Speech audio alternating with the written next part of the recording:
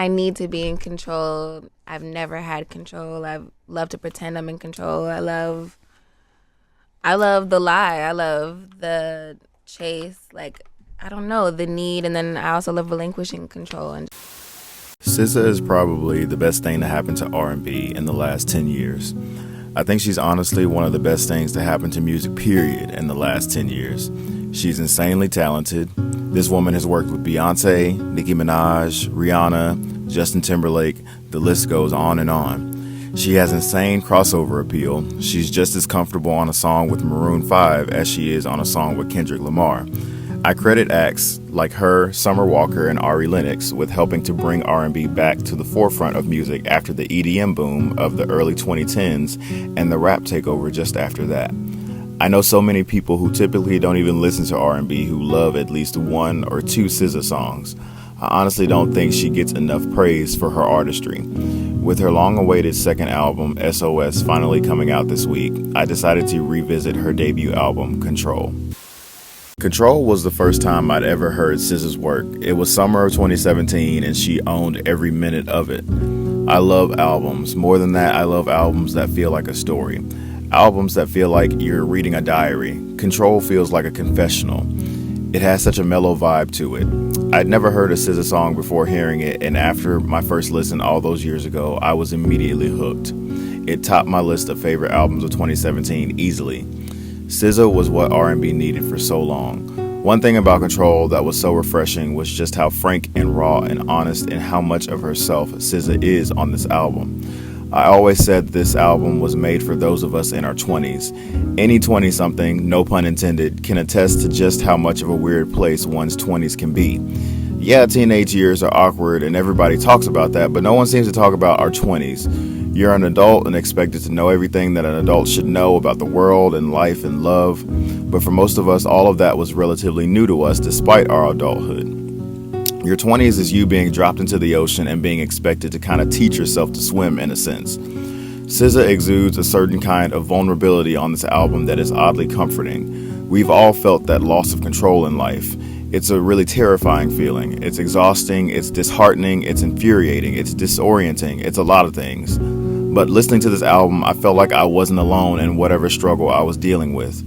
Whether it be the pressures of my family or my peers, the uncertainty of my love life, the insecurity that comes with being in a relationship, the feeling of not having enough time for literally anything, coming to terms with my own emotions, or just the growing pains that come with navigating young adulthood. You can find all of that in this album. Ctrl is about that feeling of loss of control, and we can all relate to that. Ctrl is just one of those albums that every music fan needs to experience at least once. From the very first track on the album, it's immediately apparent what is about to go down. Supermodel is one of my favorite songs ever. Its low-key production and the way the lyrics just read like a diary is just perfect. Let me tell you a secret, I've been secretly banging your homeboy. Like, who says that? It was so crazy and out of left field, and I remember screaming in the car when I first heard it.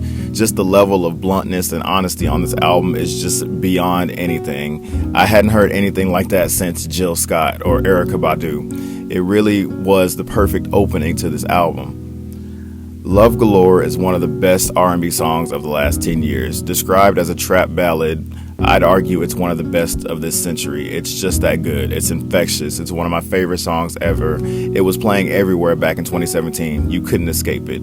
It was great. It's literally a modern classic. Doves in the Wind, another standout track on the album featuring Kendrick Lamar, is one of my favorites as well. It's a funny song too, I love it, and the video is great too. I wasn't a fan of Drew Barrymore on my first few listens, but it grew on me. Side note, I'm not sure why this was released as a lead single though. I always thought Love Galore was the lead single, and honestly it would have been a much better choice for a lead single, but oh well. I didn't like Prom at first, and I was gonna say I didn't like it in this video, but as I'm writing this script, I'm listening to it for the 5th time today, and honestly it's grown on me. I really like what the song is about. She's reflecting on her insecurities and not maturing as fast as her partner. She's so busy living in the moment that she forgets that she has a future to prepare for. I just love this album so much. This woman is such a genius. Like, we can all relate to that feeling of just wanting to live in the moment. I can personally speak, being in my 20s, I just wanted to enjoy my 20s, but there's also this pressure to get your life together before age 30. So it's like a tug of war. It's trying to decide if I want to enjoy my life or you want to, buckle down and make sure that you're quote unquote set for the future. The Weeknd is another standout on the album, and I would argue it's one of SZA's most iconic tracks.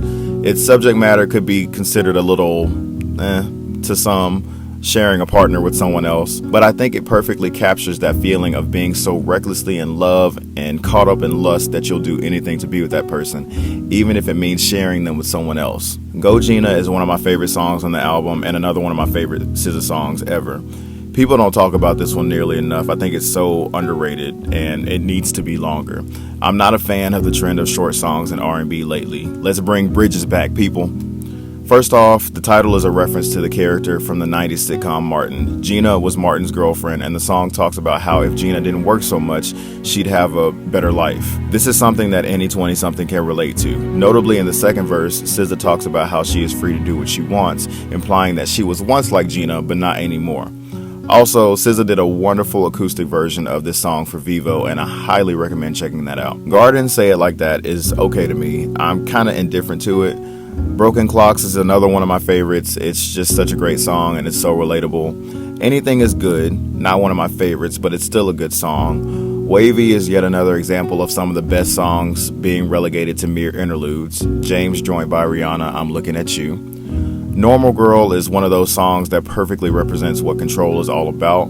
She talks about the pressure to fit into the box that her partner and others want her to be in. It's such a stifling feeling, especially when you're in your 20s and just trying to find yourself. Pretty Little Birds is another one of my favorites on the album. 20-something is the final track on the album and wraps it up in such a bittersweet way. I love it so much. The description on Genius sums it up pretty concisely. Admitting that she doesn't have her life together, hoping she keeps all her friends, and doesn't have her love life together either. She calls the song 20-something because this is what many people in their 20s go through. She prays for all of them because she knows how hard it is to find your way out of your 20s. It's probably the most vulnerable that we see SZA on an album where she's already bared her soul and shared her most intimate thoughts with the world. It's a declaration of imperfection. She's telling us and the world how she doesn't have it all together, but she's doing the best that she can.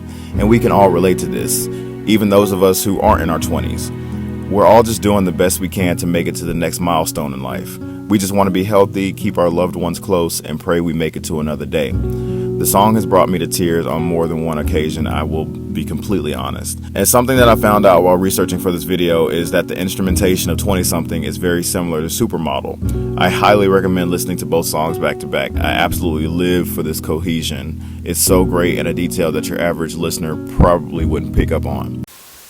Control is truly a masterpiece of an album. I consider it a modern-day classic. It just captures the essence of young adulthood so perfectly that it's become a comfort album for me. I just love it so much. As the release of S.O.S. comes closer and closer, I'm interested to see how SZA will evolve and how she's matured since Control. I can somewhat understand why it took so long for her to release her second album. When your debut album is this good and an instant classic, it's hard to follow that up. I plan on approaching the album with no expectations. It may not be better than Control, or it may blow Control out of the water. Either way, it can't take away what Control has already done for an entire generation of 20-somethings who are just trying to find their way in this world.